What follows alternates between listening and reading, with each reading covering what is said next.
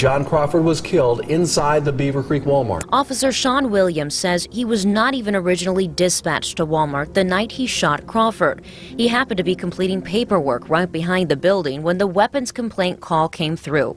He responded and met Sergeant Darko outside the store. Williams says Darko repeatedly said, "Drop the weapon." Darko says he and Williams both told Crawford to drop the weapon. They said he didn't drop it. Williams says Crawford moved toward them in an aggressive manner. He said, quote, "I felt at that moment that my life was in immediate danger."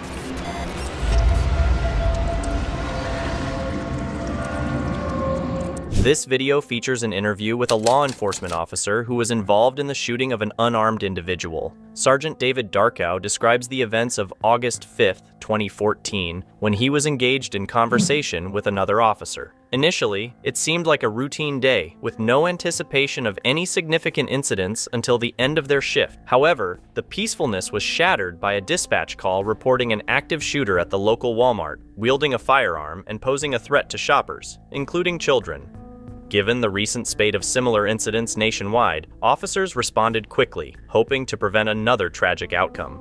Unbeknownst to them, tragedy had already unfolded the moment the 911 call was placed. Contrary to the reported active shooter, John Crawford innocently navigated through Walmart, awaiting his girlfriend's shopping for scrubs and s'mores ingredients. Absorbed in a phone conversation, he casually strolled into the sporting goods section and decided to purchase an airsoft pellet gun. He removed the item from its packaging and continued browsing, displaying no threatening behavior towards other customers. Upon arrival, Darko and his colleagues prioritized evacuating the store before engaging with Crawford. When they located him, commands were issued for him to drop the weapon and lie on the ground. In a state of shock, Crawford failed to comply and made movements perceived as threatening by law enforcement. Then, he was fired upon multiple times and collapsed. Crawford was rushed to the hospital, but succumbed to his injuries. Okay, Dave, again, we're here to discuss what occurred at the Walmart on the 5th. That would be Wednesday the 5th. Tuesday the 5th. Tuesday night the 5th. So I'm going to take some notes as we go through. I do want to get a couple more bits of information from you just to verify. You told me you're Sergeant David Darko, your rank is Sergeant. What's your badge number, Dave? 70. Is that the same as your radio call sign? Yes. Okay. How many years experience do you have with the department? 17. 17. Is that all with Beaver Creek in your law enforcement experience? Yes. Okay. Don't let me know. I'll pop the button that says we prefer to give you around. I'll be perfect. Okay. Let's just go right to it. Let's go to Tuesday night. Start wherever you like to. Mm-hmm. We're looking at what's your first knowledge of an incident at Walmart. Or else if you can start earlier than that, go ahead. But take me through it. We're going to ask you a lot of questions. I'm going to try to let you go through it once the first time and tell us what happened. Okay. I was speaking with Sergeant Spangler, who was off duty. I was parked outside of his house at the curb.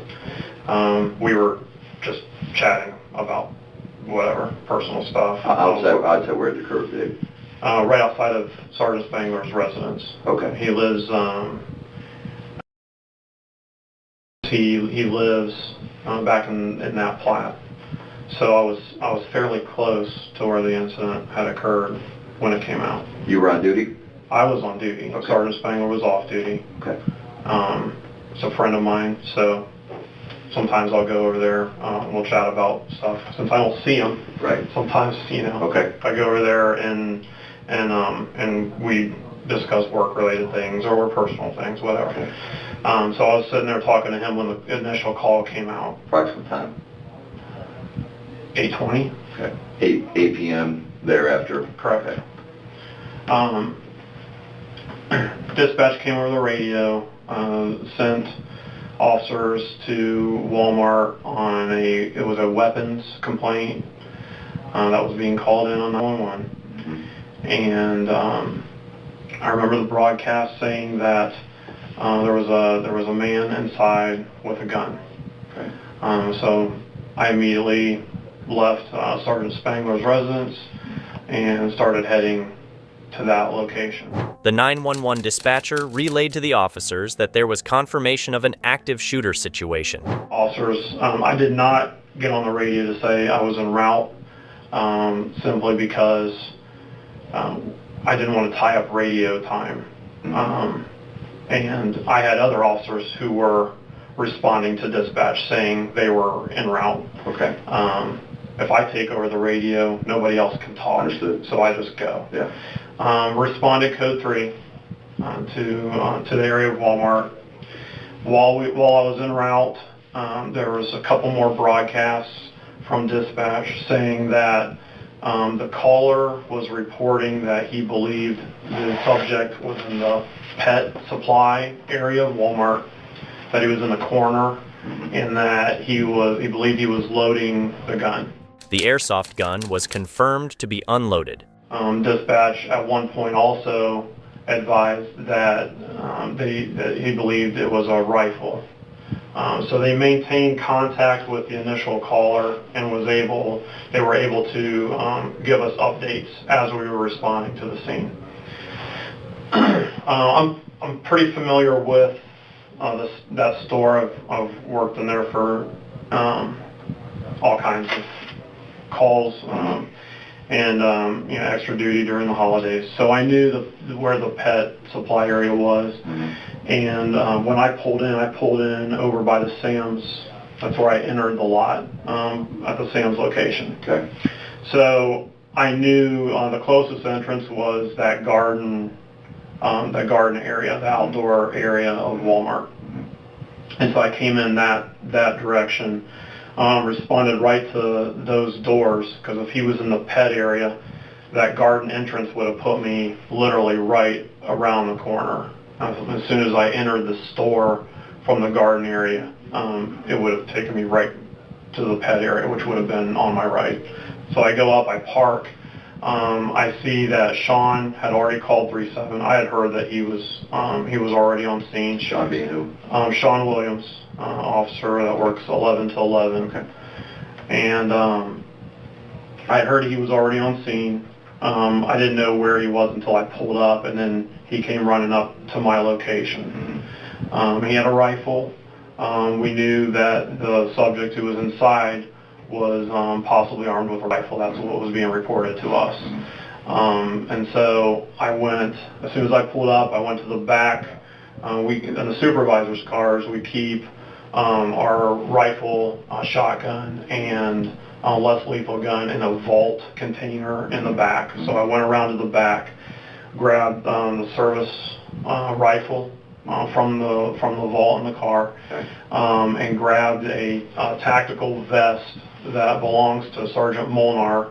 Him and I share a car, and so it's known that we'll share that tactical vest, and it has extra mags for the AR, tactical equipment, that type of thing. Okay. So I grabbed that vest, throw that around, load my AR, and now Sean has his AR, I have my AR, and we tried to enter through the garden area, which would have been the closest area to where the suspect was. And you say AR, you mean AR-15? AR-15, okay. Department issued assault rifle, although Sean Williams, I think, is his personal assault rifle. All right. So we attempted to go through those garden doors, and the doors were locked, unfortunately.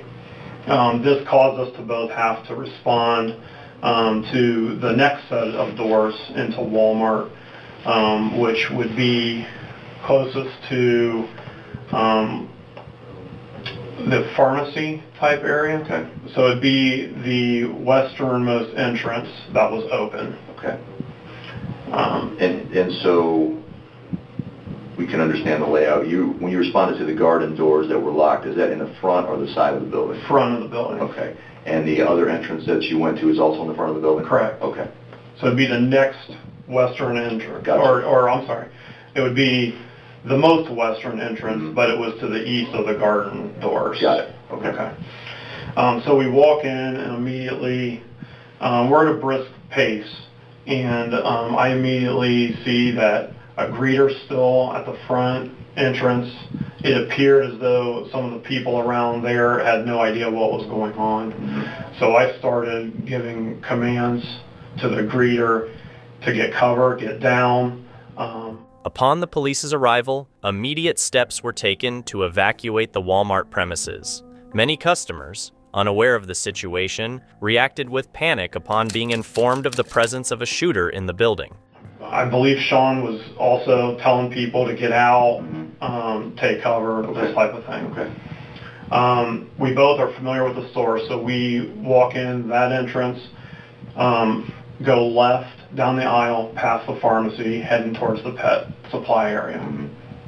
Is it like a center aisle? Is it a side aisle? I mean, it's not the side. It's not the side of the building aisle. It's more one of the. I know you have many center aisles, but it's one that's in toward the center. This is the aisle we're headed down is one of their main aisles that extends all the way across the store. One of several that's all the way to the back, front to back.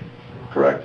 We're going sideways. We're going side Okay. at this point. We go in the front entrance, we go left, and now we're headed west through the store. Gotcha. This aisle goes all the way from the garden access doors, Gotcha. all the way to the produce. Okay. So it would go all the way through, Okay. cutting the store all the way. And I want to cut. I want to keep you talking on that. So the pet section is in. You sound very familiar with the directionality of the store. The pet section is in what corner of the store? It is in the southwest corner of the store. Okay, and that's the southwest corner of the store is a front corner or a back corner? Front. Okay. Go ahead, Dave. Thanks. Okay, so we're both moving in tandem at a brisk pace, not a run, but a brisk walk. We start, we enter the pet supply area and don't hear or see anything initially, so we start, walking as we're clearing each aisle, as we're walking back to that corner location. Nobody else in the pet area, from what I remember at the time. We finally get to the very last aisle, and I realize that there's a fairly good chance that he's probably back there since we haven't come across him yet. You've cleared all the other aisles? Right, No we're present clearing there? him to our left as we're walking Okay. back west. Okay. So we're clearing each aisle. We get to the very last one, and I remember slowing up a bit because I figured he's probably in that very last aisle. Have my rifle at low ready, and I glance around that last aisle end cap, and I see a male that fits the description that we were dispatched to. He's standing in the corner of the store. He has a rifle that looks very similar to what I know to be an AR-15 style assault weapon. He also has it in what I would refer to as a low ready type position, where his left hand is on the foregrip of the rifle, and his right hand is near the action portion of the rifle. Crawford had taken the airsoft gun out of its packaging and casually swung it as he moved through the store. Throughout this time, he was engaged in a phone conversation. I had less of a view of his right hand because it was covered by the rifle, but I remember him holding the rifle in like a low ready type position. Okay. And he was more or less facing us at this point, or maybe slightly candid. Okay. It would be his right, our left. Okay. Okay. So I took up a position where I tried to stay a little bit behind cover to some degree at the end cap. Glanced around the corner and started giving him verbal commands to drop the gun. What specifically did you say? That you recall? It was either drop the gun or drop the weapon. Okay. But I was very loud and very clear. Go ahead. Okay. At this point, I remember Sean Williams, Officer Sean Williams, he was in a position where he was to my rear as we were going down the aisleways clearing them. And at this point, I remember he came around to my right. I was looking left. He came around to my right and took a position further out in the aisle. So I'm focused in on the suspect. I give him commands. I remember Sean also yelling a command. I believe he said something very similar to me, drop the weapon. And then I yelled at one point for him to get on the ground. And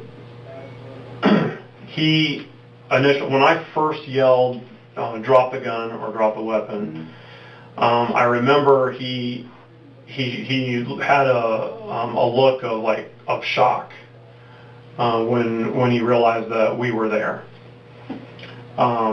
Crawford was utterly shocked by the sudden turn of events. From his perspective, he was simply going about his own business when he found himself surrounded by armed officers shouting commands at him. In moments of intense fear, some individuals may freeze, while others struggle to fully comprehend the situation and may unintentionally continue to move. Unfortunately, this natural reaction proved fatal for Crawford. Still had the gun, but kind of looked up and had a shocking look on his face and kind of stepped back. At that point, despite our repeated attempts to tell him to put the gun down and get on the ground, he did neither, and he started moving in an eastern direction. So he kind of turned back and to his right, my left, and it acted as though he was either going to start running or take a position of cover behind the aisle. Okay.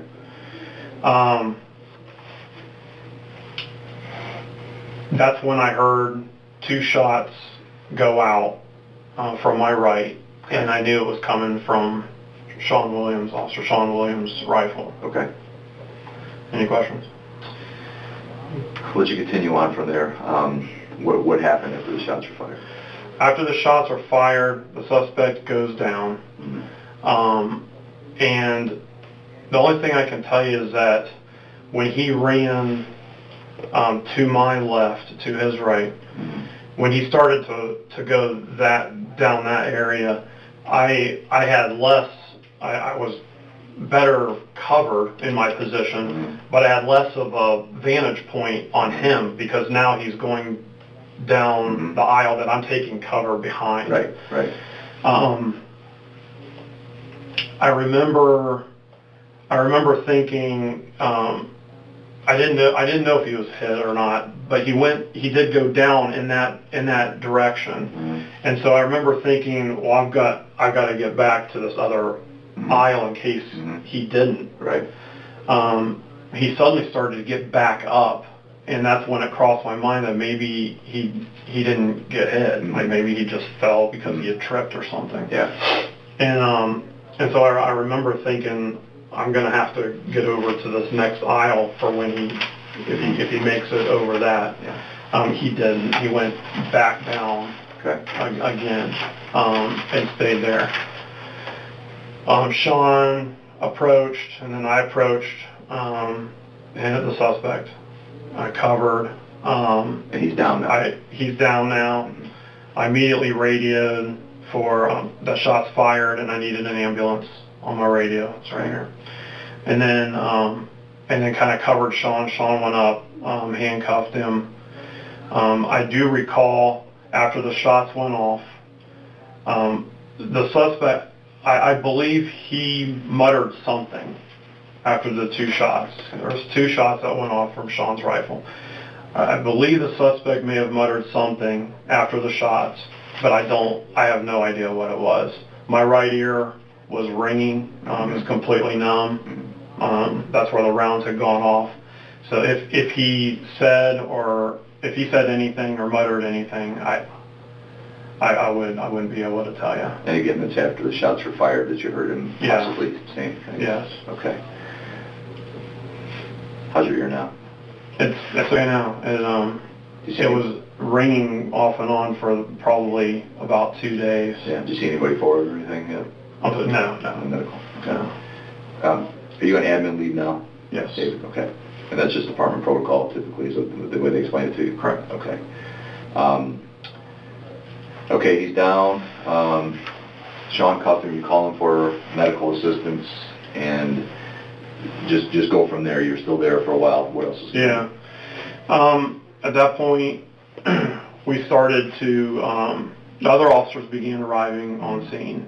And my officers are great at thinking what needs to be done and doing it. Every once in a while, someone would ask me, what they wanted, or what I wanted them to do, and basically, I was directing them to get everybody out of the store, but contain outside so that we had witnesses. Gotcha. And we, I wanted the people out, Right. but not to leave. So I was trying to give them direction to evacuate people out, but maintain our witnesses once we got out there. Sure. Cordon off the scene. Somebody brought in tape. I can't tell you who it was. Good enough on that, yeah. Brought in tape and started cordoning off the area. I remember Sean yelling for Stahl to go get his first aid kit, which was a great move. So Officer Stahl, after when it responded to his vehicle, his cruiser. The majority of the arriving officers were initially unaware of the situation's details. The information they received was inaccurate, requiring time to be sorted out and clarified. Got our first aid kit, and Officer Sean Williams and Officer Matt Stahl began attempting first aid by using a tourniquet. Okay. So suspect bleeding. Suspect's bleeding. I would call it kind of a labor breathing. Okay. I could see that his elbow was shattered, and I could see that he was on his belly. He was cuffed, and I could see that he was bleeding from another location. It wasn't necessarily his elbow. But it was clear that there was other injuries. I don't know where. Okay. But it was coming out of probably this area because the blood was starting to pool there. His eyes were open for some time, but then they started to roll back in his head, and his breathing started becoming more laborious. All right. And then anything more pertinent at that point? Can we ask you some more questions until EMS arrives as far as the medical? You guys did what you could. EMS does arrive, correct? EMS arrives, and after they arrived, my role became more of one where I needed to deal with the officer that was involved at this point. Medical was there, and so I wanted to get the officer away from the scene at that point, and I secured his rifle. I gave him my rifle, and then I called for another medic for him. You gave who your rifle? Sean Williams, Officer Sean Williams. Okay, so you took his rifle because it would have been involved in the shooting? Correct. Okay. And what's the purpose of giving him yours? I was always trained as a supervisor. You don't leave them unarmed, but you switch if you have to, and give him your weapon. Okay. So that he doesn't feel like he's weaponless. Okay, so that matches up to your training. Correct. Okay. To take us a little further, what else? Okay, I secured his rifle outside in the rear of my cruiser. And the rest of my interaction really dealt with Sean Williams, Officer Sean Williams, and seeing to it that he got medical attention and was transported to the hospital. It should probably be noted that Sergeant Molinar was leaving work at the time this went out, Okay. He was still at the building, and so he heard it over the radio and immediately came up to the scene. Sergeant Molnar did a great job at taking over a command, incident command at the scene. Okay. Since I was in no position to be doing that. Okay. And he orchestrated a lot of the efforts between us, the fire department, mutual aid who was responding in, Greene County Sheriff's deputies Big responded. response, Yeah. Yeah. We got Okay. Fairborn, Right. Greene County, I think Wright State may have come. Okay. So, I mean, there was a lot. Yeah. You know, we had a medical issue that was also going on The stress of the incident led to another shopper experiencing a fatal heart attack. from a female who had gone down because of a medical issue, completely unrelated as far as the shooting's concerned, but was there at the same time. So we had two people that were having unrelated medical some incidents of some kind, and then the suspect. So you're saying there was 3 total? We had Total medical three. We had 3 medics responding to those 3 people, and then I was calling for a 4th medic for Officer Sean Williams. Okay. So it was kind of a big scene. Was calling for Williams, was he actually hurt, or was it more of a protocol of the situation? I've always been trained that that's what you do when an officer is involved in a shooting. Is Okay. you call a medical. You don't know what's going on internally with them. You just want, it's precautionary, but Sure. also it's a traumatic incident. So post-traumatic, you want to make sure that they're well taken care of. Yep. Check his vitals, transport to the hospital, just get them checked over. So it was procedural, but that's how I've been trained. Okay. So when you're referring to those extra medical instances, you had the suspect, Yes. the young lady who unfortunately passed away of the heart condition, Right. and then what was the other situation? You know, I learned later that there was another female who was pregnant. Okay, Possibly. so you don't have to comment on anything those you learned later. You weren't directly aware or involved in the other 2 medical incidents. I knew that medics were responding for people that were having some kind of medical issue, Okay. but I wasn't involved in those at all. Good enough. The only thing I did was I contacted Officer Nicely at one point to make sure that they had an AED for the girl that was having a heart attack, and she responded affirmative. They were trying the AED on her. You made that call over the radio? Yes. Okay. And did you say, so you said you didn't call in on your response to the scene. Were you on the radio during that entire time for anything else? While I was responding to the scene? Yeah. Only to, no, I think my first broadcast was to tell them that I was on scene. Okay. Yeah. Okay. And we're going to play some radio traffic for you so you can identify yourself and Right. Go back and refresh your memory on what's occurring. We're going to take you through it several times, Dave, with a lot of questions. But I did want to point out, we are here at the time of your choosing because you have a closing on your house today, correct? I do. Okay. What time does that occur? 1. Okay. And it's about 10:45 right now, so we expect to have you out in plenty of time for that, but I did want to make note of that we tried to accommodate your time. We tried to accommodate getting in here. I appreciate that. Yeah. Okay, so let's get through what we can here. And Dave, did you make a verbal statement to the department after the incident? Yes. Okay, was it verbal or written? Verbal. Okay, and recorded? Yes. Okay. Is there anything that you recall about that verbal statement that you feel needs to change at this time? I don't think so. Okay. And I know it's been a couple days. I know it's very significant and potentially traumatic incident, so, we understand any variability on that. But no written statement whatsoever, correct? No. Okay, and they just, as a department, they just took your statement and then put you on admin leave as a matter of department protocol? Correct. Okay. Whenever a weapon is discharged, the officer involved is placed on leave pending an investigation. Dave, going back to the response, you stated that you were told there was a suspect armed in the Walmart, and believed to be in the corner of the pet section or in the pet section, appeared to be loading a gun, and the gun appeared to be a rifle. Correct. Am I missing anything significant on those details? The individual who dialed 911 had military experience and informed the dispatcher that Crawford was wielding an AK-15, pointing it at children. At one point, I believe I remember Sean Williams getting on and asking dispatch over the radio if to confirm that he was waving it or pointing it at people, and Okay. dispatch said affirmative. Okay, and that's pretty significant. yes, sir.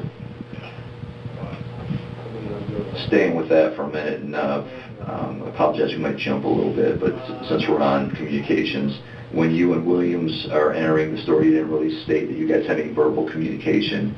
Did you guys discuss anything going through?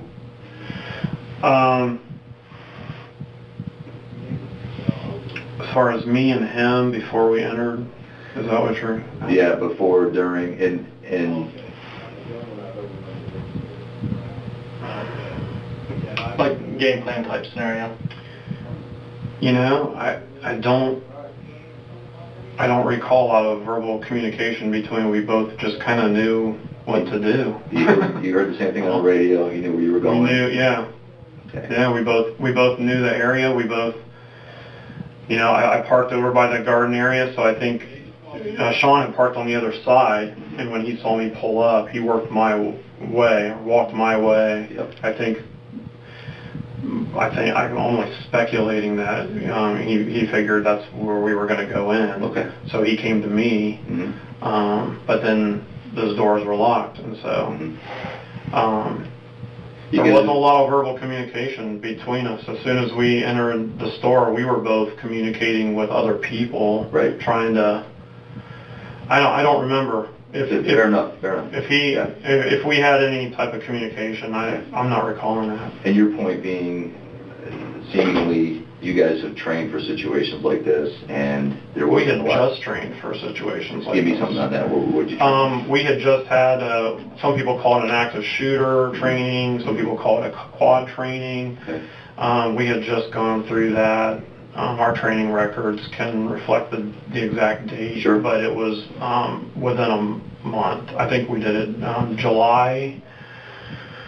My platoon was a Thursday in July. Possibly even the 24th or something. Okay. I don't have my phone on me. So I That's can't. no problem. Those details we can verify later. Yeah. So you can imagine. I mean, it was within weeks. We had just been through this training. How many days was it? Or how many hours? It was a 8-hour block of quad training. Who ran that? Do you remember? Yeah, Officer Suki runs that training for Through us. this department? In-house. Yes. Okay, in-house. Yeah. Had you had active shooter training before that time? No, we have it annually. Okay. Building clearings involved in that at all? Mhm. Okay. Building clearing. In fact, that was most of this training. This time was building training. Okay. And you Or said, building clearing, I'm sorry. good enough, yeah. You said that your platoon, you call your platoon, is that what you said? Correct. Okay, your platoon was involved in this training, and Sean Williams is part of your platoon? Yeah, he is on my, he would have been with another platoon for this training. Okay, but he's had this training recently as well? Oh, yeah, And you guys yeah. have it annually? Yeah. Okay. He's not directly under my platoon, even though he works 4 hours with me. Got it. Yeah, he works on a power shift, so it's a little Okay. different. You don't recall any communication with him walking through as you were clearing aisles, even to the point of, you stated at a certain point you told the suspect put the weapon down or put the gun down. Yeah. Did you have any communication directly with Officer Williams between that time at all that you recall? No. Okay. Do you recall stating either, again, put the gun down or put the weapon down? Do you recall if you had stated it multiple times, one time? I know I stated it one time, Mhm. and I know that I told him to get on the ground. Despite issuing multiple warnings to Crawford, they were delivered so rapidly that he didn't have sufficient time to fully understand the situation before shots were fired. One time. And this is before, you told him to get on the ground before any shots were fired? I believe so. Okay. I believe I told him to get on the ground, or no, I'm sorry. I told him to, I know for a fact that I told him to drop the gun. That was my first communication with him. Okay. That's when he kind of shockingly glanced over. That was the first time he knew we were there. Okay. And I know that Sean again told him to. Right. Okay. Do you remember what Sean said? It was drop your weapon, something to that effect. Do you recall if he repeated it once, twice? I only remember once. Okay. How close in succession did he repeat commands after you, to the best of your recollection, Dave? Time's tough under these circumstances. Absolutely. I mean, it was fairly close. Okay. It all happened very, very quickly. I mean, and we're kind of to the meat of it here, and there's a lot of other kind of accessory questions, and I'm going to ask you some things that you've already stated, and I want to assure you I'm not trying to trip you up. It's so we get a clear understanding of what occurred, and it is tough to go through, especially in a critical incident like that, and have, you know, a very solid recollection of all the key minor details.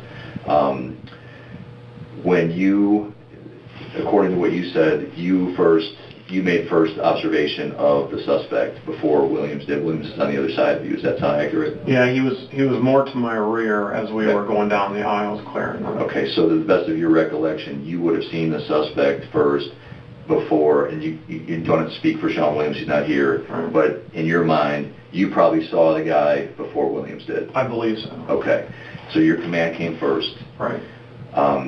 Did you run hot to the scene? Your vehicle, did you run hot to the scene? Code 3, yeah. Okay. Sirens, lights, everything going. Did you see anybody else's vehicle hot? You know, Williams was there. You know, if he ran hot, was his light still on? No, I don't know, because he was right there, Okay. so I don't even know Okay. if he responded Code 3 or not. He was over by the BP, which is located right beside Walmart. Okay. So he would have been literally in the same parking lot. Okay. And he parked over on the east side, Yeah. towards the east side. Mhm. So I never even saw his vehicle. When I got there, I pulled up. Yep. I immediately started to get out and go to the vault to get my weapon as he was walking up to me. Okay. Is this a call like this? Is this something that changes your mind frame when you get a call of a armed suspect in a public store? Absolutely. Okay. When you received that call, did you immediately think to yourself that you may have to engage an armed suspect? Yeah. Okay. So you ran hot to the scene for that. You weren't running covertly. No. Okay. And there was a couple times where I toggled my siren. My lights were on, but I toggled my siren on and off. And honestly, it's kind of, in my mind, it's kind of a toss-up, because you know, you have to clear intersections. You can't be a traffic hazard on your way there. But it's always in the back of my mind when I'm going to something like this that, you know, if I run up blazing with my siren, you can turn a situation into very quickly turn a situation into like a hostage situation. Yeah. At some point. There's no strict training, black and white, that says you respond to this type of scene this way or this because you have imperfect information coming in on the radio. You know you've got an armed guy where there's civilians and possibly dozens, if not hundreds of them in a Walmart. You're doing what you think is the best under the situation and getting there and letting people know you're coming. Yeah, and at the same time, you know, I didn't want to turn. If you, for instance, it's like you're responding to a potential bank robbery. Mm-hmm. You go in blazing with your lights and siren, you can turn a bank robbery into a hostage situation very quickly. Right. If you come in, you know, with your siren on. So as I'm responding, I toggled the siren on and off to try to, I guess, just try to prevent something like that from happening. Great.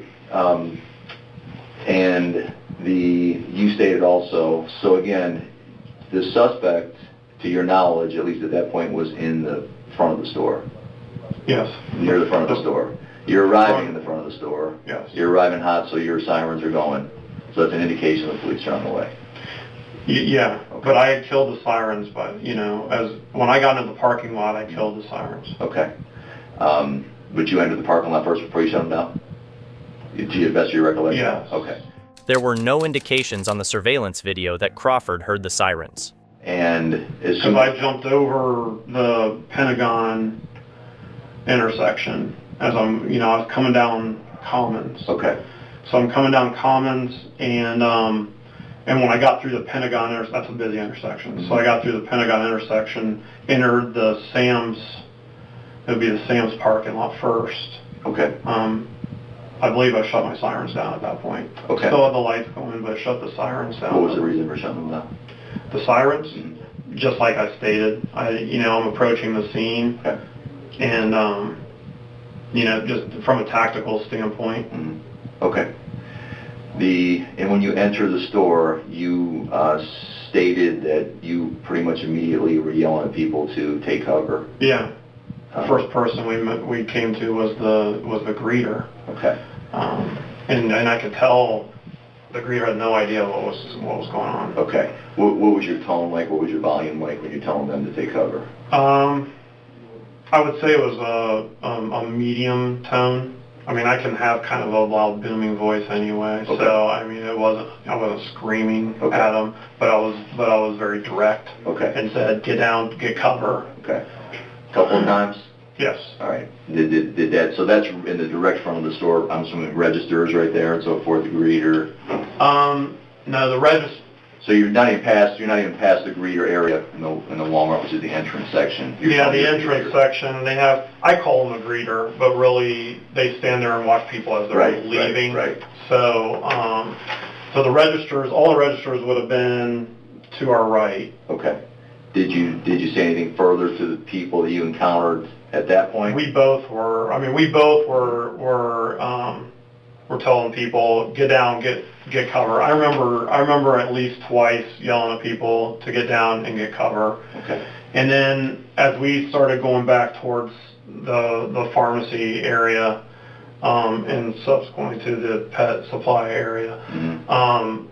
it seemed like there was a lot less people. So I didn't. Yeah. I don't think I engaged anybody else at that point. Okay. And we didn't see anybody else at that point. Okay. Did it seem like anybody was fleeing at that point or anything? I don't remember anybody fleeing at that point. Okay. I was pretty focused on the aisles leading up to the pet and then the pet aisle. So my attention wasn't so much what was going on Mhm. in the store. It was to my left down the aisles. Gotcha. Pharmacy and then pet.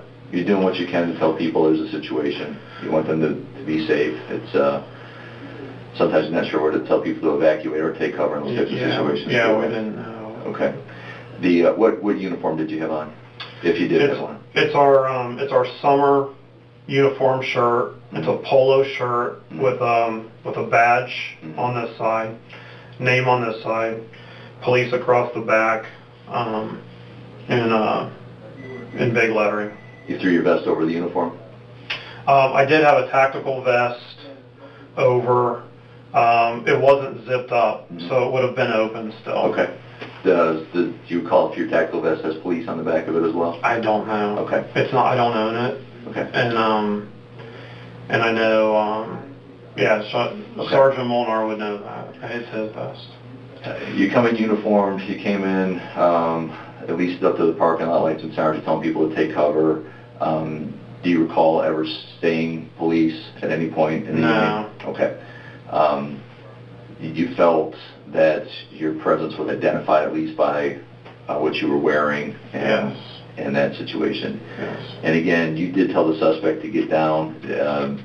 You don't recall at that moment saying anything about police. Correct. Okay.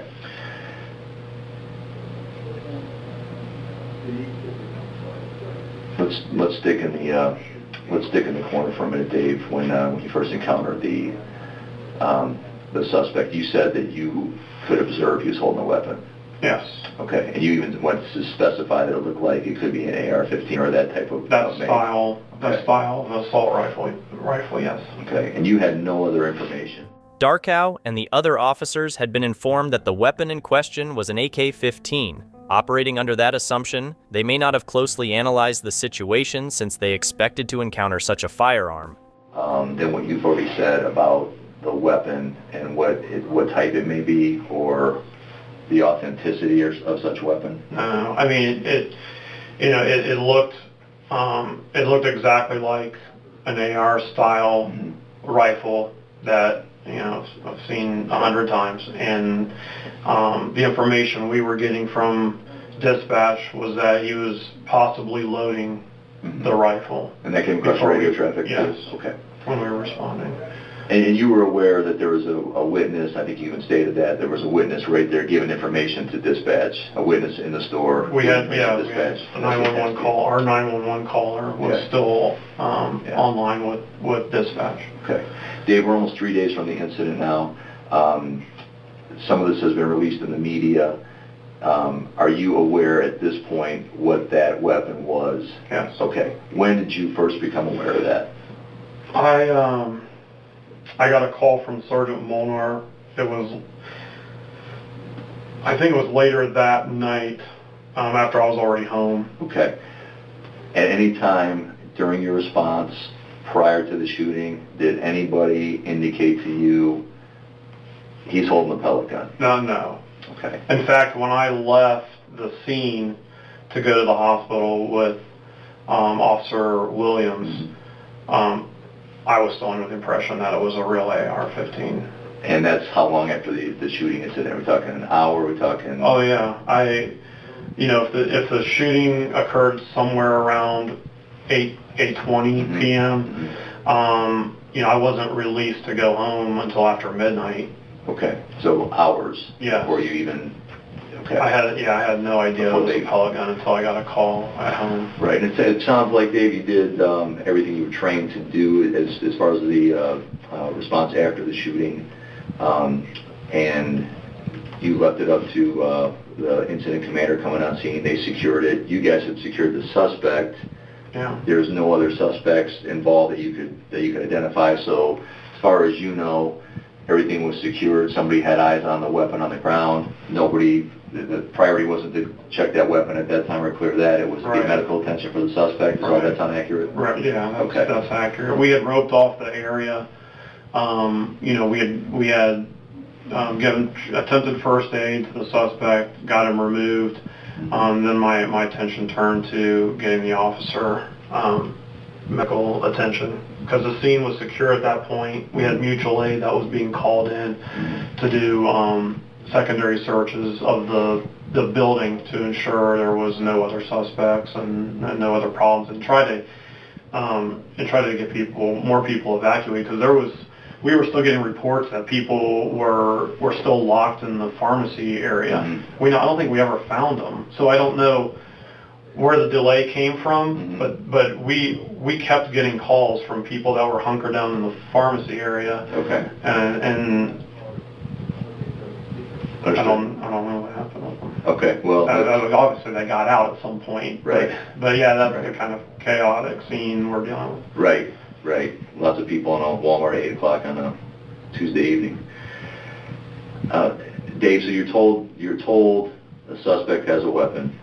As you're responding to the scene, did you have any reason to believe that he wasn't armed?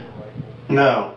I had every reason to believe he was armed with a rifle and he was possibly loading that rifle. Okay, and even to the extent where someone said he was waving it at customers? Waving it at pointing and or waving it at customers, at other people. So during your response, at any time, did you believe that the public may be under threat because of this call? Oh, absolutely. Okay.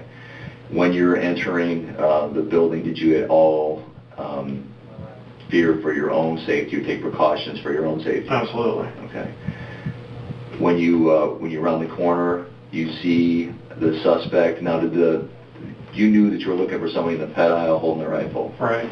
Did you have any other description on the suspect before you entered? I don't remember if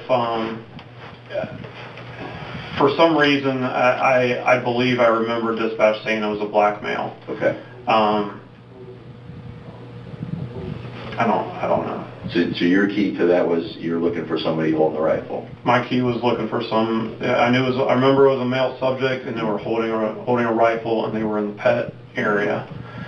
Okay. You made the first call to have the suspect put the gun down. The first command to him. Yes.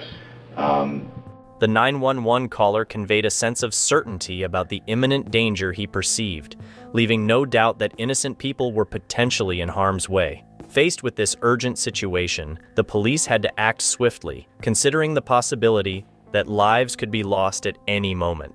Williams made the secondary command same or similar. Yes. And then he fired.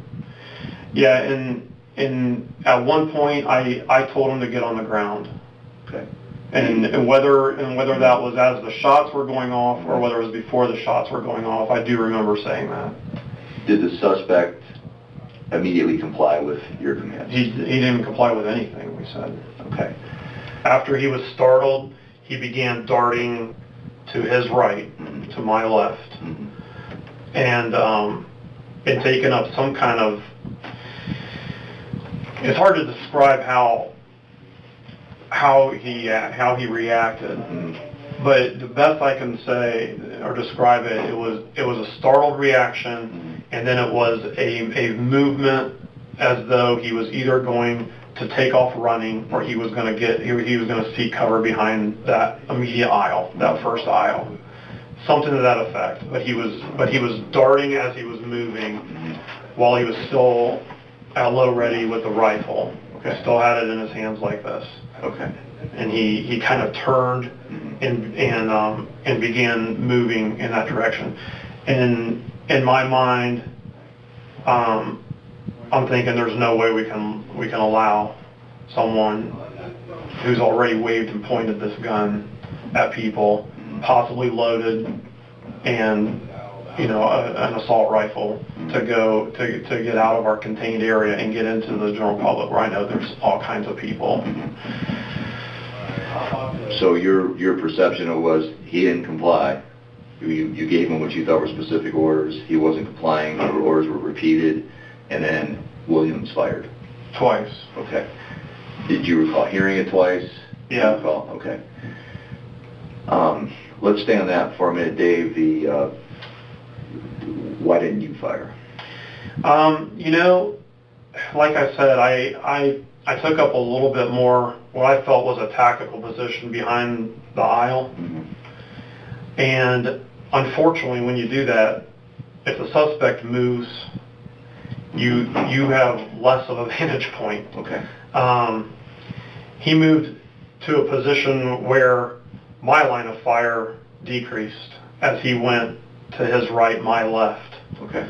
Even though I was in a little bit, I would say, more of a tactical position behind cover, I lost that line of sight when he went that direction. Okay. Where Sean was towards the middle of the aisle, maybe in a less tactical position for him as far as defensively, but he had a better line of fire. Okay. He didn't lose the suspect like I did. Now, had he continued, or had Sean not been able to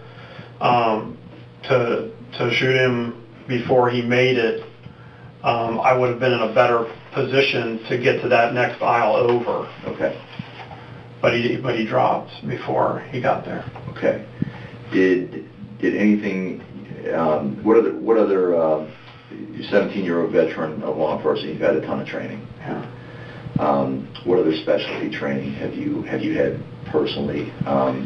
Do you qualify every year in your firearm? Every year. Okay. Are you qualified on the AR-15 that you carry? Yep. Okay.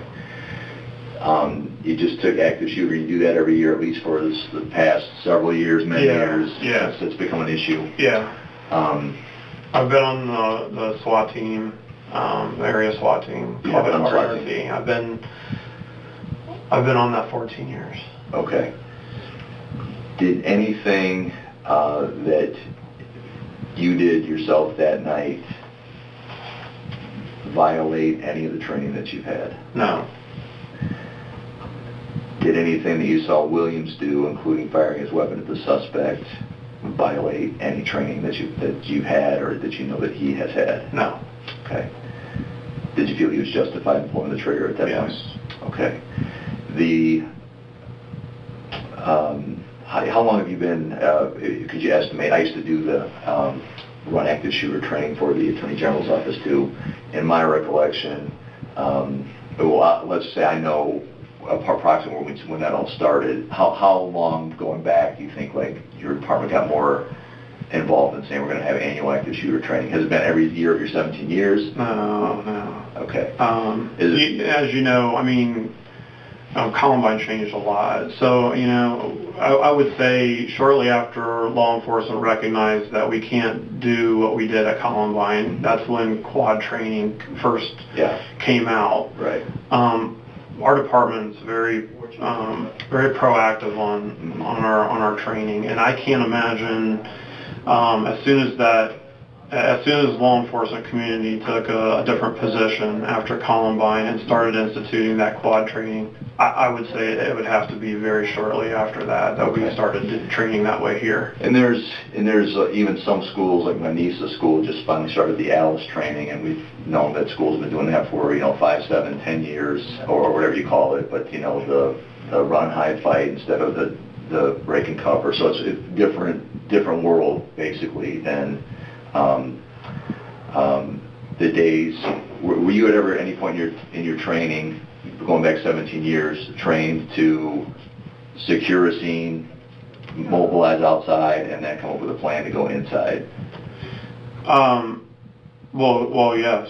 Okay, and is it fair to say, or you tell me, has that approach changed in your 17 years? Yeah, that approach has evolved. Okay. As critical incidents have enlightened the law enforcement community on how we've needed to change that. Right. So possibly, just going back, I'm not asking this the date of 17 years ago, but possibly in that time, or you're at least aware, going back, law enforcement used to have a certain approach that was thought to be a best practice, was stay outside, keep everybody from getting hurt, and we'll come up with a plan out there. Yeah, that's more of a pre-Columbine type of thought process. And so is it fair to say, is that what you're getting at, Dave? Is it fair to say that now that officers or first responders are expected to engage the shooter? Yes. Okay, and is that what you feel like you did that night? Absolutely. Okay. Officers are currently instructed to quickly engage with the shooter in order to lessen potential casualties. Dave, when you said you remember the suspect going down, and to your recollection, that's after the shots were fired. Correct. Okay. And he gets back up? He at least attempted to. Okay. I remember thinking in my mind whether he'd actually hit him or not, because he went down initially and then almost started to struggle to get back up again. Mm-hmm. Go ahead.